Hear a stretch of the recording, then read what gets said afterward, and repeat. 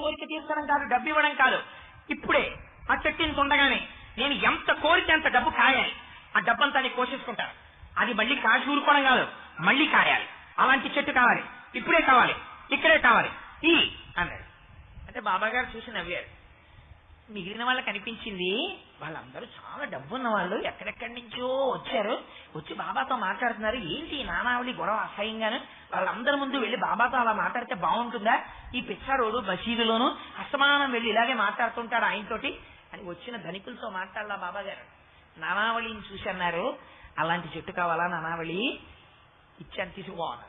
ఇచ్చావా బాబా, చాలా సంతోషం, పడుకోన్నాను అని బయటకు వెళ్ళిపోయాడు. వెళ్ళిపోయిన తర్వాత వీళ్ళందరూ చూశారు, ఈయనతో ఎంతసేపు చెప్పుకోవడమే కానీ ఈయన మనకేం ఇచ్చినట్టు ఏం కనపట్టలేదురా అని చేసి వెళ్ళిపోయాడు. వెళ్ళిపోయిన తరువాత మేము బాబా అనుచరులం అని చెప్పుకుంటున్న వాళ్ళ మసీదులో ఉన్నారు. బాబా అని అర్థం చేసుకోకుండా బాబా అనుచరులం అని చెప్పుకున్న వాళ్ళ స్థాయి అలాగే ఉంటుంది. వాళ్ళు వచ్చి అన్నారు, ఏమిటి బాబా అంతంత డబ్బున్న వాళ్ళు వాళ్ళందరూ వచ్చి మీ ఎదురుగుండా కూర్చుని మాట్లాడుతుంటే ఏమిటి నానావళి అల్లరి, ఇప్పుడు చెట్టు కావాలంటాడు, డబ్బు కాయాలంటాడు, డబ్బు కోసుకుంటానంటాడు, ఇప్పుడే ఉండాలంటాడు, ఇప్పుడే పట్టుకుపోతానంటాడు, మీరేమో ఊరికే ఉపేక్షిస్తుంటారు. ఆ నానావళిని ఏమనకండి అంటారు. ఏంటి బాబా పిచ్చాడి గోళ, మీరు అనుమతి ఇవ్వండి, ఆ నానావళి మసీదులకు రాకుండా చేసేస్తాం, అతనికి చాలా డిస్టర్బెన్స్ గా ఉంటుంది. ఏమిటి వాళ్ళ బాధ, డబ్బులున్న వాళ్ళు వచ్చి మాట్లాడుతున్నప్పుడు అతను అలా మాట్లాడకూడదని. అంటే బాబా అన్నారు, నానావళి గురించి మీకేం తెలుసు, నా దగ్గర ఆధ్యాత్మ భాండాగారం నిండిపోయి ఉంది, నా దగ్గర భగవత్ సంబంధమైనటువంటి విషయాలు కోకొల్లలుగా ఉన్నాయి, ఎవరైనా వచ్చి అడుగుతారేమో ఉదారంగా పంచి పెడదామని చూస్తున్నాను. ఎవరికి అక్కర్లేదు, దాని గురించి అడిగేవాడు లేడు, నన్ను అడగక్కర్లేదు, పొంగి పొరలిపోతోంది, వచ్చి తీసుకెళ్ళచ్చు, కానీ తీసుకెళ్ళాడు అదక్కర్లేదు. ఎవడొచ్చినా డబ్బు డబ్బు డబ్బు డబ్బు పట్టుకెళ్ళిపోతారా, డబ్బు కావలసిందే. ఎక్కడ వరకు డబ్బు, తినడం వరకు, ఉండడం వరకు, కట్టుకోవడం వరకు, కోరికలకు అంతెక్కడ ఉంది, ఎన్ని కోరికలైనా పుడతాయి. ఎంత డబ్బు కావాలి, ఎంత డబ్బు ఇస్తే మీ దేహాలు తృప్తి పొందుతాయి, మీ మనస్సులు తృప్తి పొందుతాయి. నానావళి యథార్థం చెప్పాడు. నానావళి సామాన్యుడు కాడు, నానావళి చాలా జ్ఞాని, అతన్ని రానివ్వండి, అతని జోలికి మీరు వెళ్ళకండి అని చెప్పారు. నానావళి ఎవరో బాబాకి తెలిసింది, బాబా ఎవరో నానావళికి తెలిసింది. అందుకే ఒక రోజున బాబా అక్కడ నిలబడితే ధనికులైన వారందరూ లైన్ లో వస్తూ బాబా గారి పాదాల దగ్గరికి తీసుకెళ్లి రకరకాల పదార్థాలు తీసుకొచ్చి పెట్టి, పూలదండలు తీసుకొచ్చి పెట్టి, నైవేద్యాలు తీసుకొచ్చి పెట్టి, ఆభరణాలు తీసుకొచ్చి పెట్టి ఇంత అల్లరి చేస్తున్నారు. చేస్తుంటే నానావళి లైన్ లో వచ్చాడు. వచ్చి, ఏం బాబా అంతే తిరిగిపోయావా, నువ్వెవరో గుర్తుందా, ఏమిటి నైవేద్యాలు, ఏమిటి ఆభరణాలు, ఏమిటి ఇవన్నీ అని అడిగితే చేతులు కట్టుకుని లేచి నిలబడి బాబా సమాధానం చెప్పారు. బాబా తొట్టుపాటు పడుతున్నారేమో, వీళ్ల పట్ల తాదాత్మ్యత చెందుతున్నారేమో, తన సహజ స్థితి నుంచి జారుతున్నారేమో పరీక్ష చేశాడు. బాబా గొప్పగా చెప్పుకున్నారు, నానావళి నన్ను పరీక్ష చేశారని. అలాంటి శిష్యుడి కోసం పరితపిస్తారు. ఇలాంటి తుచ్చమైన వాళ్ళు ఎప్పుడు ఉంటారు. కోరికలని తిరిగే వాళ్ళు కోట్ల మీద ఉంటారు. నాకు ఆత్మజ్ఞానం కావాలని తిరిగేవాడు ఎక్కడో ఒక్కడుంటాడు. బాబా లొంగారా ధనికులకి, లొంగలా. అది సాబూరి. చెప్పడానికి ఆచరణకి అంత కష్టం. తను ఆచరించినది తాను చెప్పారు బాబా. ఆయన ఏమలా లొంగలేదే. మరి ఉపాసని బాబా లొంగిపోయారా లేదా? ఆ మాట చెప్పడానికి నేనేం భయపట్టలేదు, యథార్థంగా చెప్తాను. ఉపాసని బాబా లొంగిపోయారు కాబట్టి 4 ఏళ్ల కాలం పూర్తవకుండా వెళ్ళిపోయారు. లేకపోతే సాయిబాబాకి చెప్పకుండా వెళ్ళొచ్చా? గురువుకి చెప్పకుండా వెళ్ళిపోవలసినంత అత్యవసరం ఏమిటి వచ్చింది ఆయనకి? లోకము తనని పొగుడుతుందని ధనవంతులు ఆహ్వానించారని తనకి కొన్ని సిద్ధులు వచ్చాయని వెళ్ళిపోయారు. మరి సిద్ధులు కూడా ఇప్పుడు మీ అనుష్ఠానాన్ని పాడు చేశాయా, పాడు చేయలేదా? శంకరాచార్యులు వారు చెప్పింది అబద్ధమా, నిజమా? సురేశ్వరాచార్యులు వారు చెప్పిన వార్తిక నిజమా, అసత్యమా? పరమ యథార్థం. సిద్ధులు మనిషిని పాడు చేసేస్తాయి. ఆ సిద్ధుల్ని ఎక్కడ ఎంతవరకు వాడుకోవాలో తెలిస్తే ఉపయోగపడతాయి. మీ ఇంట్లోనే ఉంది కత్తిపీట, మీ ఇంట్లో కత్తిపీట ఉంది కదా అని తీసుకొచ్చి, ఆహాహా కత్తిపీట, రోజు వంకాయల్ని తరుగుతున్నదానా, తోటకూరని తరుగుతున్నదానా, నువ్వు తరగకపోతే నేను ఎక్కడ తింటానే కూరలో, ఎంత ఉపకారం చేస్తావు, ఏమిటి నువ్వు తీసుకెళ్లి ఎక్కడో మూల పెట్టడమా మా ఆవిడ? దానికి అసలు తెలియదు. ఇంత ఉపకారం చేస్తున్న కత్తిపీటని, నాకు అన్నాన్ని వండి పెడుతున్న అగ్నిహోత్రపు పొయ్యిని హాల్లో తీసుకొచ్చి సోఫా సెట్ లో పెడతానని పెడితే ఎవడో వచ్చిన రెడ్డి చూసుకోకుండా కూర్చున్నాడు అనుకోండి, ఎంత ప్రమాదం వస్తుంది. ఏ వస్తువుని ఎక్కడ ఎంతవరకు పెట్టుకోవాలో తెలిసి ఉండాలి. దానికి తగినటువంటి నిబద్ధత ఉండాలి. ఉంటే మీరు దాన్ని అక్కడ వరకే వాడగలగాలి. వాడితే తప్పు లేదు. ఒక గురువు శిష్యుణ్ణి రక్షించుకుంటాడు, ఒక యోగి తనని ఆశ్రయించినటువంటి వాడిని రక్షిస్తాడు. ఆ రక్షణ ఎక్కడ వరకు కావాలో అక్కడ వరకు ఆర్తి తీర్చడానికి వాడితే పర్వాలేదు. అంతేకాని పిచ్చ కోరికలతో వచ్చిన వాళ్ళందరికీ తన సిద్ధులు ఉపయోగిస్తే వాడు భ్రష్టుడైపోతాడు. అందుకని అలా వాడకూడదు. అందుకనే ఉపాసనీ బాబా జీవితమే మనకి సాబూరిలో వచ్చినటువంటి తొట్టుపాటుకి గుర్తు. దెబ్బ తిన్నారా లేదా ఉపాసనీ బాబా? అందుకని సాబూరి అంటే 2 రకముల వైక్లభ్యము. మీ కోర్కెలు తీరలేదని భగవంతుణ్ణి నిరసించి భగవన్మార్గమునందు నిలబడలేక మీ అంత మీరుగా జారిపోవుట, భగవంతుడి పాదములు పట్టి ఉపాసనలో మీరు ఎదుగుతూ ఉండగా అనుకోకుండా మీకు వెంటబడినటువంటి సిద్ధులను మీరు వాటితో తాదాత్మ్యము చెంది లోకమునకంతటికీ వాటిని పంచిపెట్టడంలో మీరు సన్మానాల్ని సత్కారాల్ని కోరుకుని ప్రయత్నపూర్వకముగా భగవంతుడి నుంచి దూరమగుట, 2 సాబూరి నుంచి జారిపోవుటయే. ఈ రెండిటికీ సహనం ఉండాలి. ఈ రెంటిని తట్టుకోవడానికి శక్తి ఉండాలి. ఎందుకని మీకొక్క ఉదాహరణ చెప్తా. ఇందుకే సుందరకాండ పారాయణ చేయండి అంటారు. సుందరకాండ ఉపాసన కాండ అంటారు. సుందరకాండలో సీతమ్మ ఏమంది? అనన్య దైవత్వమియం క్షమాచ భూమౌ చ శయ్యాదియమశ్చ ధర్మి పతివ్రతాస్త్వం విఫలం మమేదం కృతం కృతజ్ఞేష్వమనుషాణం. రామా, నిన్ను నమ్మి భూమి మీద శయనం చేశాను, ఒక్క బట్ట కట్టుకున్నాను, ఉపవాసం చేశాను. కృతజ్ఞుడైన వాడికి చేసిన ఉపకారంలా నేను నీ పట్ల చేసినటువంటి ఉపాసన అంతా వ్యర్థమైపోయింది రామా, ఉరిపోసుకుంటానండి. ఇప్పుడు సీతమ్మ తల్లి యొక్క సహనమునందు వైక్లభ్యం వచ్చిందా లేదా? సాధకుడి యొక్క ఉపాసనలో వచ్చే వైక్లభ్యాన్ని చూపించారు. భగవంతుని యొక్క దర్శనం అవ్వలేదనుకోండి, భక్తుడు ఇలాగే ఆరాట పడిపోయి నింద చేస్తాడు. రామదాసు గారు చేశారా లేదా? ఎవడబ్బా సొమ్మా నీకులు కూచు తిరిగేవు రామచంద్ర అన్నారా లేదా? అన్నమాచార్యుల వారంతటి వారు ఒకనాడు ఒక రాజు యొక్క అనుగ్రహం కోసమని వెళ్ళినందుకు ప్రమాదానికి లోనయ్యారా లేదా? వెంట పడుతుంటాయి. అయితే మహాత్ములకున్న గొప్పతనం ఏమిటంటే తమ పొరపాటుని గుర్తించి వెంటనే దిద్దుకుంటారు. దెబ్బాలా కోర్వాక నిన్ను తిట్టి కానీ రామచంద్ర ఆయాస పడబోకు రామచంద్ర అన్నారు. దిద్దుబాటు అయిపోయింది. దిద్దుబాటు జరగలేదనుకోండి ప్రమాదం వచ్చేస్తుంది. అందుకే ఉపాసనలో ఈ ప్రమాదముల నుంచి గట్టెక్కడాన్ని సాబూరి అంటారు. దీనికి చాలా ఓర్పు ఉండాలి. నిరంతరం మిమ్మల్ని మీరు పరిశీలన చేసుకుంటూ ఉండాలి.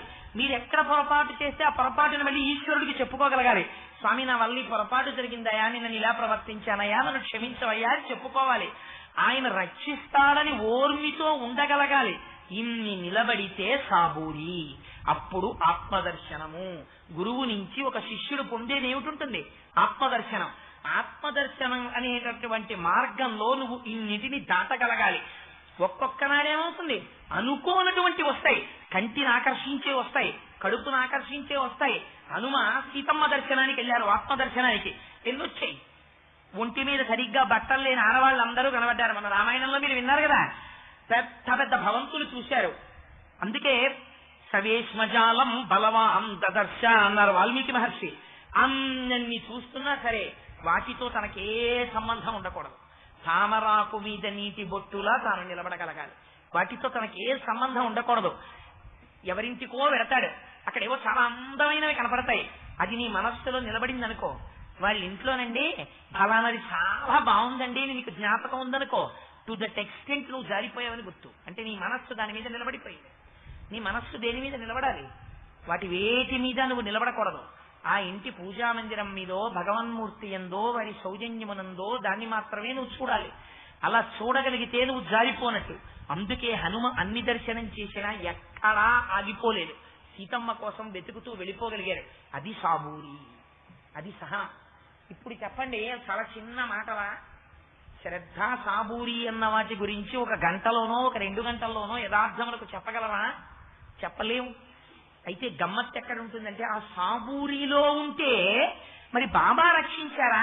ఇప్పుడు అది ఒక ప్రశ్న కదా. అలా ఉంటే రక్షించారా? అసలు సాబూరి అన్నది ఏ స్థాయిలో ఉంటుంది రక్షణకి? ఇవే లీలల కింద వస్తాయి మీకు. అందుకే బాబా ఉన్నారు, బాబా మనని రక్షించి తీరుతారు. బాబా మీ కంటి ఎదురుగుండా కనపడుతున్నారు. ఒకప్పుడు మసీదులో ఉండగా ఆయన శరీరంతో ఉన్నారు. ఉన్నప్పుడు ఆయన మనకి ఉపకారము చేయగలిగిన వాడే, ఆయన సమర్థుడే. ఒక ఆవిడ కొన్ని కారణాలకి నమ్మింది. ఆయన లోపల ఉన్న ఆత్మజ్ఞానాన్ని గుర్తించడానికి ఒక స్థాయి ఉండాలి. ఆ స్థాయి ఉంటే తప్ప పసిగట్టలేరు. ఆ స్థాయి లేని వాళ్ళు దేన్ని చూసి పసిగడతారు? ఆయనకి బయట ఉన్న కొన్ని శక్తులు చూసి పసిగడతారు. అందుకే బాబా కొన్ని అసహించుకున్నారు. ఆయన మంచం మీద పడుకునేవారు. ఆ ఉయ్యాల బల్ల మసీదుకి ఏదో పైన ఉన్నటువంటి కొక్కేలకు కట్టేవారు. దాన్ని చీలిక పీలిక గుడ్డలతో కట్టేవారు. దానికి చుట్టూ దీపాలు ఇట్టేవారు. ఆ బల్ల ఏదో ఇంత ఎత్తులో ఉండేది. ఇది ఎక్కి పడుకునేవారు. ఆ గుడ్డలు ఎంత పీలిక గుడ్డలు అంటే ఎవడైనా కట్టుకున్న బల్ల అలా అయితే ఆ గుడ్డలన్నీ కింద పడిపోతాయి, ఆ బల్ల కింద పడిపోతుంది. అప్పుడు దాని మీద ఎక్కేవాడు పడుకోడుగా. పైగా నేను నిలబడ్డాననుకోండి, అది నా కంఠం అంత ఎత్తు వచ్చింది అనుకోండి, దీని మీద నేను రోజు పడుకుంటూ ఉంటానండి అన్నాను అనుకోండి, వెంటనే మీరు ఏమడుగుతారు? ఎలా ఎక్కుతారండి అంటారు కదా. అదేంటంటే అంత ఎత్తుంది కదా, దీని మీద ఎలా ఎక్కువ పడుకుంటారు కోటేశ్వరారు అన్నారు అనుకోండి. నేను చెప్పకుండా నవ్వేశాను అనుకోండి, మీకు కుతూహలం బయలుదేరుతుంది. ఎలా ఎక్కి పడుకుంటారండి దీని మీద అని. అప్పుడు నేను చెప్పలేదు కాబట్టి మా ఆవిడ్ని మంచి మాటల్లో అడుగుతారు, ఏమండి ఎలా ఎక్కుతారండి, ఎలా స్టోరీ మించి ఎక్కుతారా అని. మా ఆవిడ కూడా నవ్వేసింది అనుకోండి. మా అబ్బాయిని అడుగుతారు, మా అమ్మాయిని అడుగుతారు, వాళ్ళు కూడా నవ్వేశారు అనుకోండి. అప్పుడు మీరు కోటేశ్వరారు మీ ఇంటికి ఒక్కసారి రాత్రి 9 గంటలకు వస్తామండి, ఒకసారి మీరు పడుకుంటుంటే ఒకసారి నమస్కారం చేసి వెళ్ళిపోతాం. ఏమిటి కోరిక? వీడు ఎలా ఎక్కుతారో బల్ల చూడాలని. అందుకని ఇది ఏ వెర్రికి వెళ్ళిపోయిందో తెలుసా అండి? రాను రాను రాను రాను 4 పక్కల దీపాలెట్టుకుని పీలిక గుడ్డలతో బల్ల కట్టుకుని ఎలా ఎగిరికి పడుకుంటాడు ఈయన చూద్దామని. ఇంకా బాబా గారు పడుకుందామని లోపలికి వెళుతుంటే కిటికీల్లోంచి, కన్నాల్లోంచి, తలుపు సందుల్లోంచి జనం ఎలా ఎగిరి ఎక్కుతాడు ఈయన. ఇన్ని శక్తులు ఉన్నవాడు దాని మీదకి ఎక్కడ? అసలు దాని రహస్యం వేరు. అది ఎలా ఎక్కుతాడని వీళ్ళకి అనుమానం. అందుకని అందులోంచి చూశారు ఆయన మానిష రసం చేసి. వీళ్ళందరికీ ఇంక నేను ఎక్కితే, ఇది పెద్దవాళ్ళందరూ పడ్డారు ఈ బాధలు. రమణ మహర్షి ఒంట్లో బాగులేకపోతే బయట చిన్న బాత్రూమ్ కట్టారు పాపం. కడితే ఆయన అందులో స్నానం చేసేవారు. ఆయన స్నానం చేస్తే ఒంటి మీద పడ్డ నీళ్లు, ఆయన స్నానం చేసి నీళ్లు బయటికి రావు, తూలోంచి ఆ బయట ఫ్యూల్లో నించునేవారు. నించుని ఆయన స్నానం చేసి నీళ్లు గ్లాసులతో పట్టుకుని వెళ్ళిపోయేవారు. వెళ్ళిపోయి తీర్థాల కింద పుచ్చేసుకునేవారు. ఓసారి ఎందుకో స్నానానికి వెళితే తూము దగ్గర చాలా మంది ఉన్నారు. ఆయన చూసి ఎందుకు అక్కడ ఉన్నారు వీళ్ళందరూ అన్నారు. ఇలా దాచుకుంటున్నారు. ఎందుకు అందరూ అలా చేతులు దాచుకుంటున్నారు అన్నారు. ఈయన స్నానం చేసి నీళ్లు అట్టుకుపోవడానికి గ్లాసులు అట్టుకుని వచ్చారు. ఇంత వెర్రిగా ఉంటుంది ప్రపంచం. దానికి అర్థం ఉండదు. ఆయన అనుగ్రహించి ఓ తీర్థం ఇస్తే దానికి ఒక ప్రయోజనం, ఆయన సంకల్పం చేసి ఇచ్చారు కాబట్టి. ఆయన సంకల్పం లేదు. ఆయన సంకల్పం లేకుండా ఆయన స్నానం చేసి నీళ్లు తాగేస్తే నీకు ఆత్మజ్ఞానం వస్తుందా? Is there any meaning in it? అర్థం ఉండదు. ఆయన అన్నం తినేవారు. ఆ విస్తరి పట్టుకెళ్ళిపోయి అందులో ఉండిపోయిన మెతుకులు, వదిలేసిన పచ్చడి తినేసేవారు. ఎందుకంటే అలా శేషం తినేస్తే వీళ్ళకి ఆత్మజ్ఞానం వచ్చేస్తుందేమో, శక్తులు వచ్చేస్తాయి. అలా వచ్చేస్తాయా? ఆయన ఇస్తే వస్తాయి. ఇదో వెర్రి చాలా మందికి ఉంటుంది. ఈ ప్రపంచం అసహ్యకరంగా ఉంటుంది. ఆయనకి ఏదో చేసేస్తే, ఆయన దగ్గర ఏదో పుచ్చేసుకుంటే, ఆయన గట్టిగా నొక్కామనుకోండి, ఆయన దగ్గర శక్తులన్నీ మనకు వస్తాయంటాడు ఎవడో. ఇంకా ప్రతివాడు చేయి నొక్కేయడం మొదలెడతాడు. ఈయన నొప్పి మొదలవుతుంది. ఇంకా దానివల్ల అలా ఇంకా ఏమవుతుందంటే, అయ్యా వేదిక దిగిన తర్వాత దయచేసి నా చెయ్యి ముట్టుకోకండి, నేను ఇలా పెట్టుకెళ్ళిపోతుంటాడు. ఆ చెయ్యి అందుకే దాచేస్తానంటాడు ఎవడో. ఇంకా ఆయన ప్రారంభం ఎలా ఉంటుంది మీరు చూడండి. ప్రపంచం అలా ఉంటుంది. అందుకని బల్ల ఎక్కడం కూడా కష్టమైంది ఒకప్పుడు బాబా గారికి.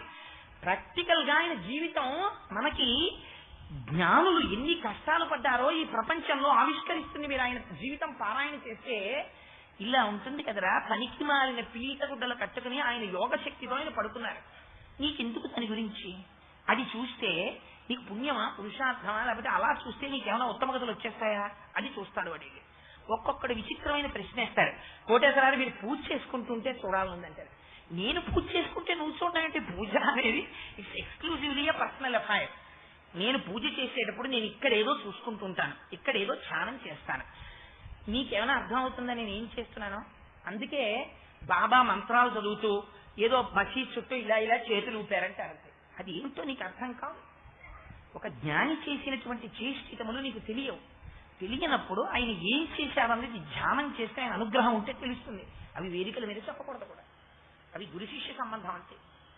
అందుకని అది తెలుసుకో. ఆయన ఈజ్ ఎ జ్ఞాని అంతవరకే. ఆయన ఒక సద్గురువు, ఆయన సమర్థుడు. అలా ఆయన కొన్ని లీలలు చేశారు, ఎక్కడో ప్రస్థానంలోకి వస్తాయి. ఒకసారి ఆయన నీళ్లు తాగారు, చచ్చారు, ప్రమిదలో పోసి దీపం వెలిగించారు, అది నూనె అయిపోయింది. ఎలా అయిపోతుందండి అంటే అది సైన్స్కి ఏం అందదు, ఆయన యోగశక్తి, ఆయన చెయ్యగలరు అలాగా. ఇది చూసింది ఒక ఆవిడ పేరు చంద్రాబాయి. ఆవిడ చూసింది, కానీ ఆవిడలో ఉన్న గొప్పతనం ఏమిటంటే ఆవిడ ఎప్పుడూ ఏ కోరిక కోరలేదు. ఇటువంటి చేష్టితములు కొన్ని ఆవిడ చూసింది. అవి ఎందుకు చేశారు బాబా అంటే, ఏమంటే మరి ఉపాసనీ బాబా చేసినట్టే బాబా కూడా చేశారు కదా, మరి ఇప్పుడు బాబా యందు దోషము లేదా? మీకు వెంటనే ఒక అనుమానం రావచ్చు. బాబా ఇది చేయడానికి ఒక కారణం ఉంది. బాబా అపేక్షించి చేయలేదు. ఆయన ఉన్నది మసీదులో అయినా ఆయన దీపాలు పెట్టించేవారు. దీపం పెట్టడం అనేటటువంటిది గొప్ప సంప్రదాయం. సరే, అసలు దీపం ఎందుకు పెడతారు అంటే మళ్ళీ అదో శాస్త్రం. మధ్యాహ్నం 11 గంటలకి సత్యనారాయణ వ్రతం చేస్తే దీపం వెలిగిస్తాడు. ఎందుకు ఇప్పుడు దీపం లేక కాకరదా?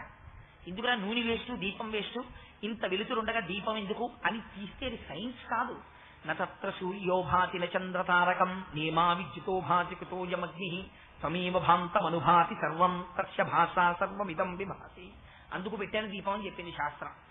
సరే, అందుకని దీపం అందుకు పెడుతుంటే ఆయన దీపాలు పెట్టించారు. దానివల్ల సర్వశ్రేయోభివృద్ధి, అందరికీ మంగళం జరుగుతుంది.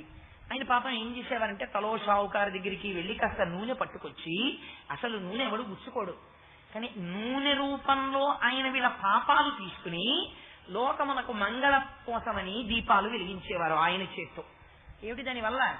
వాళ్ళ పాపాలే కదా వాళ్ళని కట్టి కొడతాని ఊళ్ళో వాళ్ళని. అందుకని అలా కట్టి కొడపకుండా లోకరక్షణము కోసమని అందుకే పెద్దలు యజ్ఞం చేస్తారు. ఎందుకో లోక శాంతి కొరకు అంటారు. అలా వారు దీపాలు వెలిగించేవాడు. అందులో మళ్ళీ ఒకడు బయలుదేరాడు, ఆ ఊర్లో పెద్దవాడు, వాడి పేరు కాటే అనుకుంటాను, బహుశా నేను కరెక్ట్ అయితే కాటే కదండి. ఆ కాటే అన్న ఆయన ఏమన్నాడంటే, ఉట్టిది ఇలాగే నూనె పట్టుకుపోయి దీపాలు వెలిగిస్తుంటాడు, అదంతా అనవసరం కాదు, ఎంత నూనె వృధా అయిపోతుంది, ఎందుకు దీపాలు మసీదు నిండా అలా వెలిగిస్తాడు, మీ అందరు ఇస్తున్నారు కాబట్టి వెలిగిస్తున్నాడు తేరగా, ఇదంతా తన గొప్ప అని చెప్తుంటాడు ఊళ్ళో వాళ్ళకి, బాబా బస్సీదంతా దీపాలు వెలిగిస్తారు అని చెప్తుంటాడు. ఇవ్వడం మానేయండి అంటే ఈ వర్తకులు అందరూ ఎవడో చెప్పేవాడు దొరికాడు, ఫోన్ లేదు మానేయచ్చు అని చెప్పి వీళ్ళందరూ నూనె ఇవ్వడం మానేశారు. మానేస్తే లోకమునకు మంగళం చెయ్యాలనుకున్నటువంటి ఒక యోగ పురుషుడికి, ఒక మహాజ్ఞానికి, ఒక సమర్థ గురువుకి నువ్వు నూనె ఇవ్వకపోతే దీపం ఆగిపోతుందా? ఆయన వీళ్ళకి బుద్ధి చెప్పాలనుకున్నారు, అంతేగాని నూనె ఆయన దాగారా, ఆయన ఒంటి మర్దనా చేసుకున్నారా? అందుకని ఓ లోటాతో నీళ్లు తెచ్చి వీళ్ళందరూ చూస్తుండగా వీధిలోకి వచ్చి కసి నీళ్లు తాగేశారు. తాగేసి వీళ్ళందరూ చూస్తుండగా మళ్ళీ ఆ లోటాలో కక్కేసి ప్రమిదల్లో పోశారు. వీళ్ళందరూ వెరి నవ్వు నవ్వుతున్నారు. చూడరా, నీళ్లు తాగి కక్కి ప్రమిదల్లో పోసాడు, దీపాలు అంటుకుంటాయా అంటున్నారు. అన్ని ప్రమిదల్లో పోసి ఒత్తులు వేసి దీపాలు వెలిగించారు. మసీదంతా చక్కగా దీపాలు వెలుగుతున్నాయి. నవ్విన వాళ్ళు నవ్వారు కానీ చూడండిరా ఎలా వెలుగుతున్నాయని ఈయన నవ్వలేదు. ఈయన మసీదులోకి వెళ్ళిపోయారు. వెళ్ళిపోయిన తర్వాత ఇప్పుడు బుద్ధి వచ్చింది నవ్విన వాళ్ళందరికీ. బుద్ధి వచ్చి పరిగెత్తుకొచ్చి, బాబా మా తప్పు తెలుసుకున్నాం, నువ్వు సర్వసమర్థుడివి, నువ్వు తలుచుకుంటే నీటిని నూనెగా మార్చగలవు, నీ ఉపాధితో కలిసినంత మాత్రం చేత. నీవు నూనిస్తున్నావని అహంకరించాం ఇంతకాలం. బాబా మసీదులో దీపాలు పెట్టడానికి నూనిస్తామన్నారు. ఇప్పుడు వారు ఒక జ్ఞాని సన్నిధానంలో జ్ఞాని చేత వెలిగింపబడేటటువంటి దీపము కోసమని ఇచ్చినటువంటి నూనె వలన ఇది పురుషార్థము అంటారు. అందుకే పురుషుడు ప్రయత్నపూర్వకంగా దానం చెయ్యాలి. ఇస్తే ఏమవుతుంది? తన పాపము నశిస్తుంది. నశించి ఆ దీపాలు ఎవరి కోసం? తన ఇంచగలగట్లేదు, మసీదులో వెలుగుతున్నాయి. అక్కడ ఒక మహాజ్ఞాని ఉన్నారు, ఆయన చేత వెలిగింపబడుతున్నాయి. ఇప్పుడు ఈ వెలుగుతున్న దీపానికి ఆలంబనములుగా వెళ్ళినటువంటి నూనె ఈ ఊరినంతటిని రక్షిస్తుంది. ఇప్పుడు ఇది సిద్ధిని ప్రదర్శన చేసినట్ట, లోకాన్ని ఉద్ధరించినట్ట, లోకోద్ధరణ కొరకు ఒక పాఠం చెప్పడానికి చెప్పారు. అంతేకాని ధనవంతులందరూ మెచ్చి ఏదో నాకు కిరీటాలు పెడతారని ఆయన చెయ్యలేదు. కాబట్టి సిద్ధి వినియోగంలో గురువు యొక్క స్థాయికి దిగజారలేదు ఆయన. ఇది ఉపాసనీ బాబాకి సాయిబాబాకి ఉండే తేడా. అది ధనికులు వస్తే చేశారా? చెయ్యలా. ఇది పారాయణలో మీరు గమనించవలసిన రహస్యం. ఆయన జీవిత కోణాన్ని మీరు అర్థం చేసుకోవలసిన రహస్యం. ఇప్పుడు ఇది మీకు అర్థమైంది అనుకోండి, మీరు తాదాత్మ్యతతో బాబా సన్నిధానంలో ఒక ప్రమిదలో నూనె పోసి ఒక దీపం వెలిగించారనుకోండి, పొంగిపోతారు బాబా. ఇది మీరు పారాయణ చెయ్యడం వల్ల మీరు చెయ్యవలసినటువంటి పని. మీరు పారాయణ అంతా చేసిన తర్వాత ముగ్గురికి భోజనం పెడదామని అనుకున్నారనుకోండి, భోజనం పెట్టే సమయానికి వీధిలోకి కుక్క, పెరట్లోకి కాకి వచ్చాయనుకోండి, బాబా మీరు 2 రూపములతో వచ్చారు ఇవాళ, అని గబగబా ఒక విస్తట్లో అన్నం పెట్టి కుక్కకి ఒక ముద్ద పట్టుకొచ్చి కాకికి పెట్టగలిగారు అనుకోండి. ఒకరింటికి బాబా భోజనానికి పిలిస్తే కుక్క రూపంలో వెళ్ళారు. ఆవిడ కుక్క లోపలికి వస్తోందని కర్ర పెట్టి కొట్టింది. కొడితే కుక్క పారిపోయింది. ఆవిడ 11 వరకు 12 వరకు 1 గంట వరకు చూసి మసీదుకి వెళ్ళింది. బాబా మీరు మిమ్మల్ని భోజనానికి పిలిచాను, వస్తానన్నారు, రాలేదు, మీరు మాట తప్పారు. ఇదే సాబూరి అంటే. కొట్టింది ఆవిడ, నేరం నెట్టింది బాబా మీదకి. సాబూరిలో వైక్లభ్యం వచ్చింది ఆవిడికి. బాబా మీరు రాలేదండి. ఆయన అన్నారు, చాలే అమ్మా, భోజనానికి పిలిచామని వస్తే కర్ర పెట్టి కొట్టామన్నారు. నేను కొట్టానా బాబా మిమ్మల్ని అంది. కొట్టవా, నేను కుక్క రూపంలో వచ్చాను, కొట్టావు నువ్వు అన్నారు. తెల్లబోయినా, లేదు బాబా కుక్క రూపంలో వచ్చానండి. నాకన్నం పెట్టేవాడు కాదు నాకు కావలసింది. ఒక గురువు తనకన్నం పెట్టేవాడిని కోరుకోవడానికి భిక్షకు వస్తాడు. ఆకలి జబ్బు గురువుకి, మనకి ఆకలి రుచి కోసం వస్తున్నటువంటి అదృష్టం. నాకు ఆకలిసింది అనుకోండి, నేను కడుపు నిండడానికి తినను, నా నాలుక తృప్తి పడడానికి తింటాను. ఎందుకయా కొబ్బరి పచ్చడి 3 మాటలు వేసుకుంటావు, పప్పు పులుసు కూడా పెట్టాను కదా, నీకు పచ్చడి ఎక్కువ పడను, పులుసు పోసుకో అంటుంది మా ఆవిడ. అంటే కొబ్బరి పచ్చడి నాకు ఇష్టమే అని 3 మాటలు వేసుకు తింటాను. ఎందుకు తింటాను? కొబ్బరి పచ్చడితో తిన్నా పప్పు పులుసుతో తిన్నా కడుపు నిండుతుంది, కానీ కొబ్బరి పచ్చడితో ఎందుకు తింటా? నాలుగుకి లొంగ. జ్ఞాని అలా తినడు. అందుకే జ్ఞాని ఒక చిప్ప పట్టుకుని వస్తాడు. ఇదే కౌపీల పంచకం చెప్పారు శంకరాచార్యుల వారు. ఇతి పంచకం అని గోచి పెట్టుకున్న వాడంత ఐశ్వర్యవంతుడు ప్రపంచంలో లేడన్నారు. ఆయన 4 ఇళ్ల ముందుకు వచ్చి భవతి భిక్షాందేహి అంటాడు. ఒకళ్ళు తీసుకొచ్చి ఓ రొట్టె ముక్క వారేస్తారు, ఒకళ్ళు తీసుకొచ్చి ఓ కూర వారేస్తారు, ఒకరు తీసుకొచ్చి పరమాన్నం వారేస్తారు. అన్నీ అందులో కలిసిపోతాయి. పరమన్నం తింటానా, రొట్టె తింటానా, కూర తింటానా జ్ఞాని చూసుకోడు. అన్నీ కలిపి అమాశేపు పాకపు ముద్ద చేస్తాడు. బ్రహ్మజ్ఞానం ఉన్నది అని గుర్తు ఏమిటో తెలుసా అండి? అటువంటి వాడి దగ్గరికి ప్రాణులన్నీ చేరుతాయి. ఆనందం వాటన్నిటికీ కూడా అది బ్రహ్మం. మనం భగవంతుడి దగ్గరికి ఎలా పెడతామో బ్రహ్మజ్ఞాని చుట్టూ ప్రాణులు చేరుతాయి. రమణ మహర్షి దగ్గరికి కష్టం చెప్పుకోవడానికి కోతులు వచ్చేవి. బాబా గారు రొట్టె తిందామని ఇలా కూర్చునేటప్పటికి కాకులు వచ్చేవి, పక్షులు వచ్చేవి.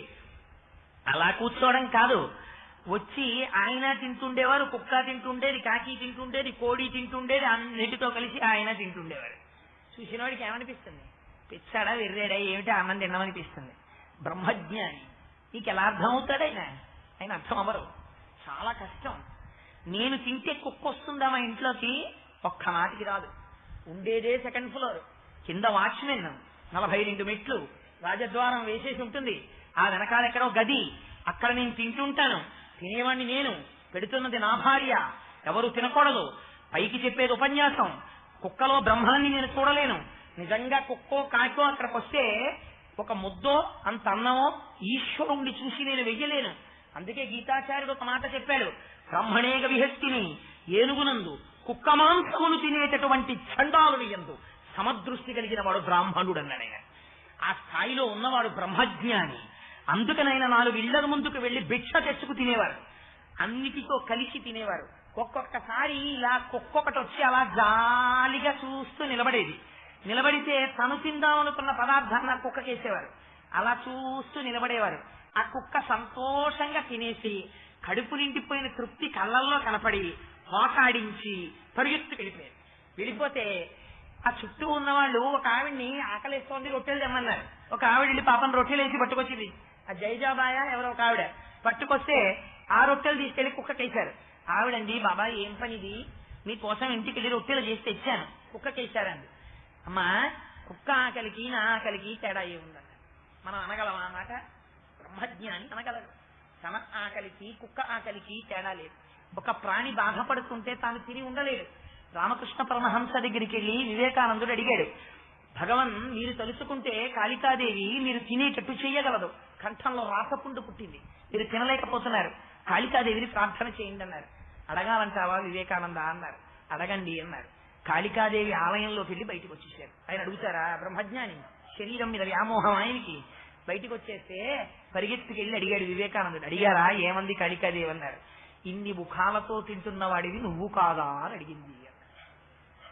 ఇది ఒక్కటి చెప్పండి, ఒక కుక్క తిండి అనుకోండి, ఆ కుక్క కడుపార తిన్నప్పుడు కుక్కకి ఏం తీరింది? ఆకలి తీరింది. మీరు తిన్నప్పుడు ఏం తీరింది? ఆకలి తీరింది. తిని పడుకున్న కుక్కలో జీర్ణం చేసిన వాడెవరు? పరమాత్మ. తిని పడుకున్న మీలో జీర్ణం చేసిన వాడెవరు? పరమాత్మ. అదొక తోలు కప్పుకుంది, మీరు ఒక తోలు కప్పుకున్నారు. వర్షం పడుతుంటే ఆ కుక్క ఓ సూరు కిందకు వచ్చి పడుకుంది. వర్షం పడుతుంటే కిటికీ వేసుకుని మీరు పడుకున్నారు. మీకు 6 ఏళ్లలో 2 పిల్లలు పుట్టారు. 6 ఏళ్లలో దానికో 25 పిల్లలు పుట్టాయి. ఇంకో 30 ఏళ్ళు పోయేటప్పటికీ మీరు ముసిలివారైపోయి ఇలా వంగిపోయారు. ఒక 8 ఏళ్ళు అయ్యేటప్పటికీ ఆ కుక్క శరీరం జర్జరీభూతం అయిపోయింది. అది కూడా ముసల్దైపోయి ఎక్కలేక మెట్లెక్కి పరిగెత్తలేక నడుస్తూ ఎవరైనా పెడితే బాగుండు అనుకుంటోంది. ఇప్పుడు మీకు దృష్టి లోపించింది, దానికి దృష్టి లోపించింది. మీకు ఎవరైనా పెడితే బాగుండు, ఇంకా నేను వండుకు తినలేను, నేను తిరగలేను అనుకున్నారు. అది కూడా అబ్బా ఎన్నిళ్లలోకి వెళ్లి దెబ్బలు తిన్నో ప్రేమగా పిలిచి ఎవరైనా ఇంత పెడతారా అని అది అనుకుంది. ఇంకొక 20 ఏళ్ల తర్వాత మీరు వెళ్ళిపోయారు, అది వెళ్ళిపోయింది. మీకు కుక్కకి ఏం తేడా ఉంది చెప్పండి? ఉపాధి జీవత్వంలో తేడా ఏమైనా ఉందా? కాదు. రెండిటిలో ఉన్న జీవుడు ఒక్కటే అని తెలుసుకుంటే మీరు బ్రహ్మజ్ఞానం అయిపోలా? మీరు బ్రహ్మజ్ఞానం అయిపోతే కుక్క తింటున్నప్పుడు అదే ఆనందం, ఈ కొడుకు తిన్నా అదే ఆనందం, ఈ శిష్యుడు తిన్నా అదే ఆనందం, మీ భార్య తిన్నా అదే ఆనందం, మీరు తిన్నా అదే ఆనందం. ఎందుకని తింటున్నవాడు ఒక్కడే కాబట్టి. అందుకని పరమహంస అన్నారు, ఏ ఇన్ని నోళ్లతో తింటున్నవాడివి నువ్వు కాదా అని కాళికాదేవి అడిగిందన్నారు. అర్థం చేసుకోగలిగిన శక్తి ఉన్నవాడు కాబట్టి నరేంద్రుడు ముక్కున వేసుకున్నాడు. ఇందుకు ఒక రామహానుభావ మీరు మా గురువులని పొంగిపోయామన్నారు. ఇప్పుడు చెప్పండి, బాబాదే స్థాయి. Can you imitate it? మీరు పొంగిపోవాలి. పొంగిపోయి మీరు పారాయణ చేసి, బాబా ఇవాళ మీరు మా ఇంటికి భోజనానికి రండి అని మీరు గుళ్ళోకి వచ్చి పిలిచి, ఇవాళ నేను భోజనం చేసే వేళకి నా ఇంటి తలుపు ఎవరు తడతారో వాడు బాబా అని మీరు కూర్చుంటే, మీ ఇంటి తలుపు దగ్గర ఒక కుక్క వచ్చింది అనుకోండి, బాబా వచ్చారు అని మీరు పొంగిపోయి విస్తట్లో బాబా వెళ్ళిపోకండి అని తీసుకొచ్చి అక్కడ పెడితే పొంగిపోయేవారు బాబా. మీకు కుక్క కనబడితే మీరు బాబా భక్తులు కాదు. మీరు ఇంకా ఎదగాలి. Still you are in saburi. మీరు ఇంకా ప్రయత్నం చెయ్యాలి. మీకు ఇంకా స్థాయి రాలేదు. You cannot claim that you are a devotee of Baba. మీరు ఇంకా స్థాయిలో ఉన్నారు. నేను తప్పు పట్టట్లేదు. మీరు ఇంకా కొంచెం కొన్ని మెట్లు ఎక్కవలసిన అవసరం ఉంది. మీకు కుక్కలో బాబాని మీరు చూడగలిగితే మీరు బాబా భక్తులు. మీకు అర్థమయ్యారు బాబా. మీరు పారాయణ చేసిన వారని నేను అంగీకరిస్తాను. మీకు కుక్క బాబా ఇంకా వేరుగా కనపడుతూ నేను పారాయణలు చేసేసిన వాడిని అని చెప్తే నేను నవ్వుతాను. ఎందుకని అంటే మీరు ఆ స్థాయికి ఇంకా ఎదగలేదు. మీరు ఇంకా చెయ్యవలసిన వారంతే. ఇది వినయం, ఇది భక్తి, ఇది స్థాయి. మరి అయితే సాబూరి ఏ స్థాయిలో రక్షణ ఇచ్చింది? మళ్ళీ అక్కడికి వచ్చేసాను ఆ ప్రశ్న దగ్గర.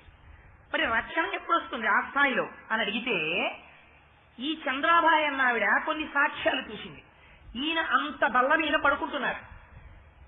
బాబా నూనెతో దీపాలు వెలిగించడం మానేసి నీళ్లతో దీపాలు వెలిగించారు.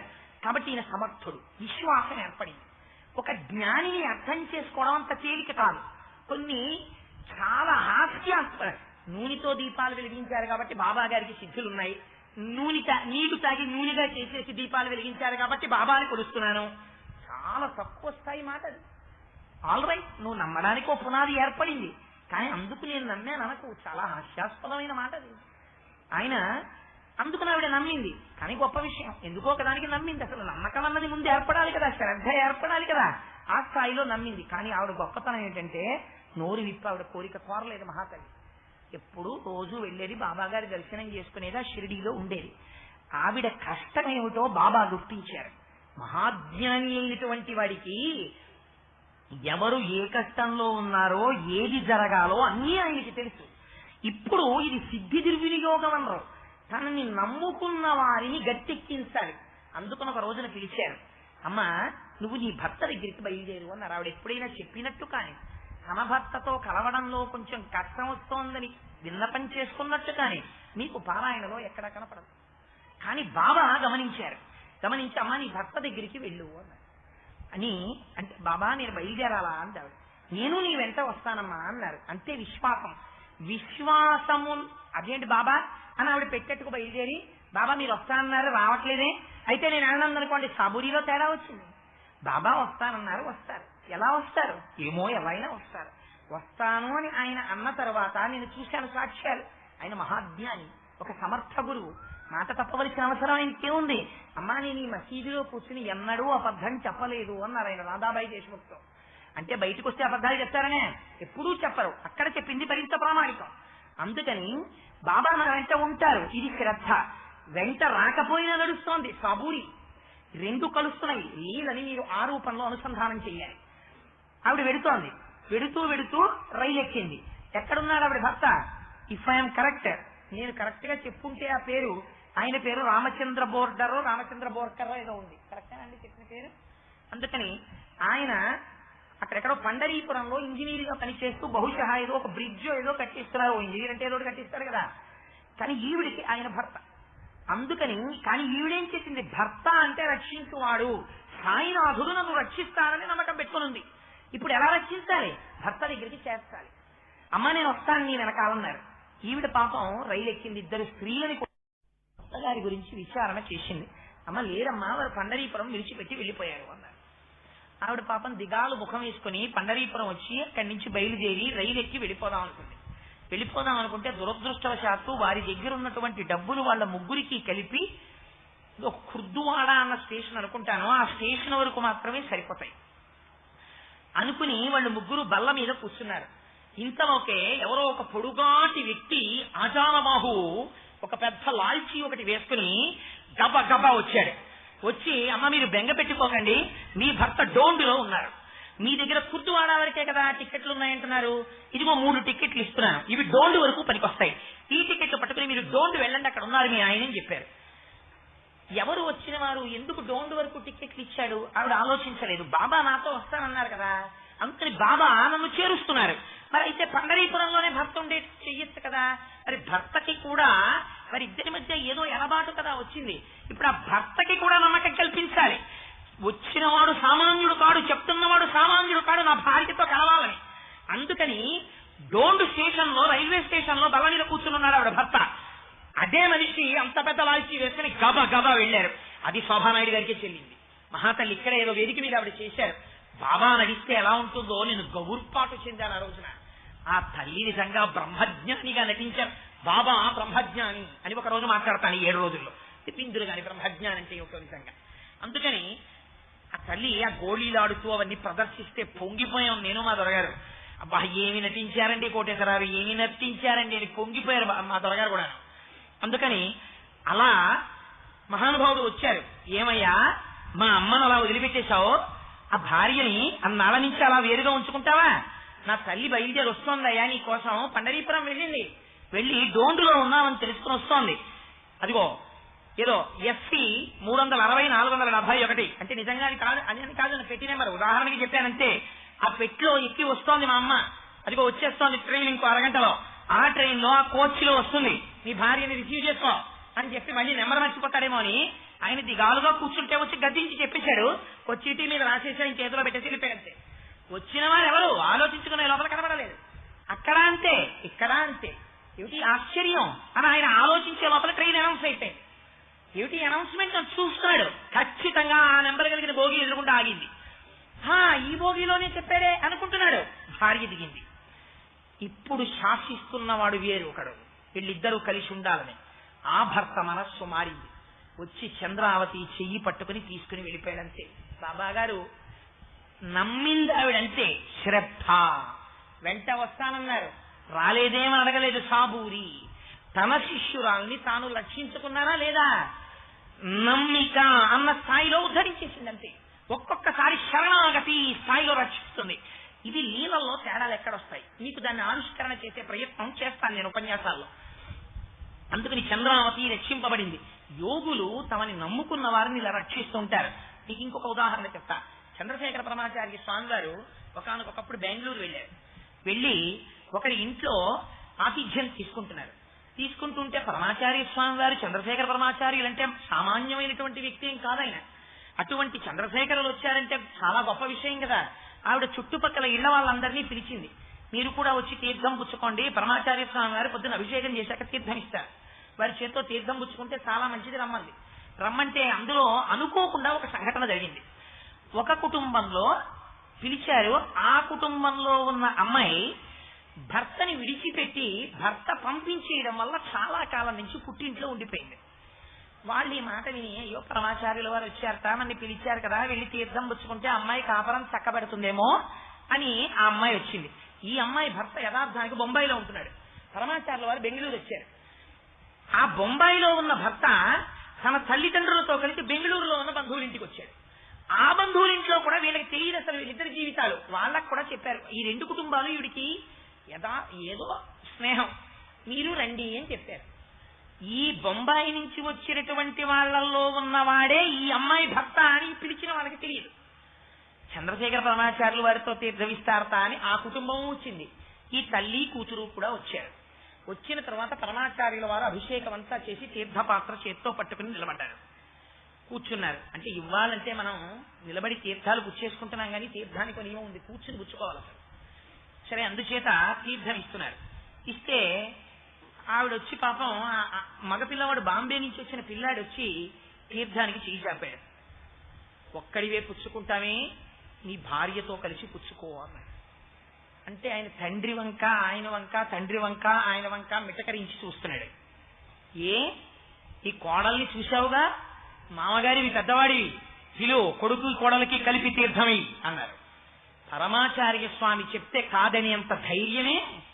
కట్నంలో ఇంకా కొంత డబ్బు ఇవ్వలేదని కోడల్ని పుట్టింటికి పంపించిన మామగారు, అమ్మా వచ్చి తీర్థం తీసుకో అన్నాడు. పొంగిపోతూ ఆ అమ్మాయి వచ్చి తన భర్త పక్కన నిలబడి తీర్థం పుచ్చుకుని కళ్ళంట జలజలా నీరు కార్చేసింది. పరమాచార్య స్వామి అన్నారు, నీ ఇంటి కోడల్ని డబ్బు కోసం పుట్టింటికి పంపిస్తావా?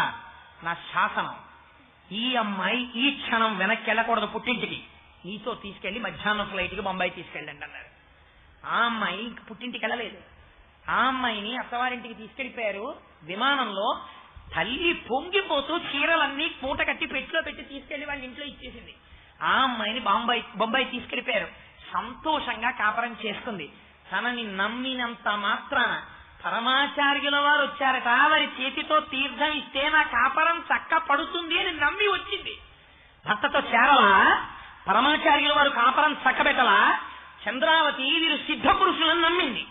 నమ్మి తన కోరిక చెప్పుకోరా, రోజు బాబాగారికి దండం పెట్టుకుంటూ షిరిడీలో ఉండిపోయింది.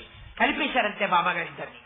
ఇది యోగులైనటువంటి వాళ్ళు తమ శిష్యుల్ని అలా రక్షించుకుంటారు. ఒక్కొక్కసారి దీనికి ఏమిటి? శ్రద్ధ, సాబూరి, విశ్వాసము, దాని యందు పూనిక, రెండు ఉన్నాయి. రక్షింపబడ్డారు. రక్షింపబడడం కాదు, రక్షింపబడతారు. ఇది ఈ భూమి యొక్క గొప్పతనం. ఇది పుణ్యభూమి, ఇది కర్మభూమి. ఈ దేశానికి గొప్పతనం సిద్ధ పురుషుల వల్ల వచ్చింది. అటువంటి మహాపురుషుల వల్ల ఈ గడ్డకి ఔన్నత్యం వచ్చింది తప్ప ఫ్యాక్టరీల వల్ల, ఇన్వెన్షన్స్ వల్ల, డిస్కవరీస్ వల్ల ఈ జాతి ఎప్పుడు గొప్పతనాన్ని చెప్పుకోలేదు. అన్ని దేశాలు సంపద చుట్టూ పరిగెడితే నా దేశం సిద్ధ పురుషుల వల్ల గౌరవాన్ని పొందింది. అటువంటి సిద్ధ పురుషులలో ఒకడైన బాబా గురించి చెప్పుకోవడం నా అదృష్టం. అందుచేత ఇది శ్రద్ధ, ఇది సాబూరి.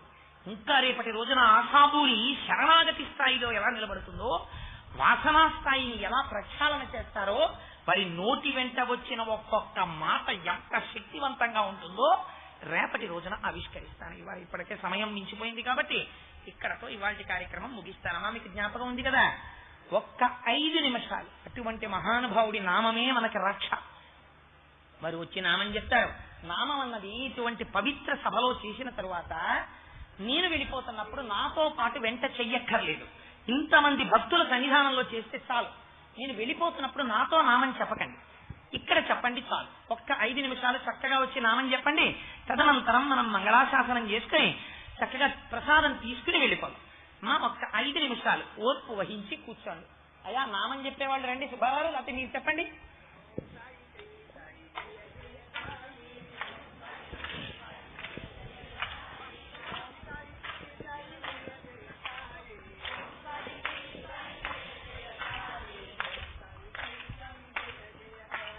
ఓం సాయి శ్రీ సాయి జయ జయ సాయి.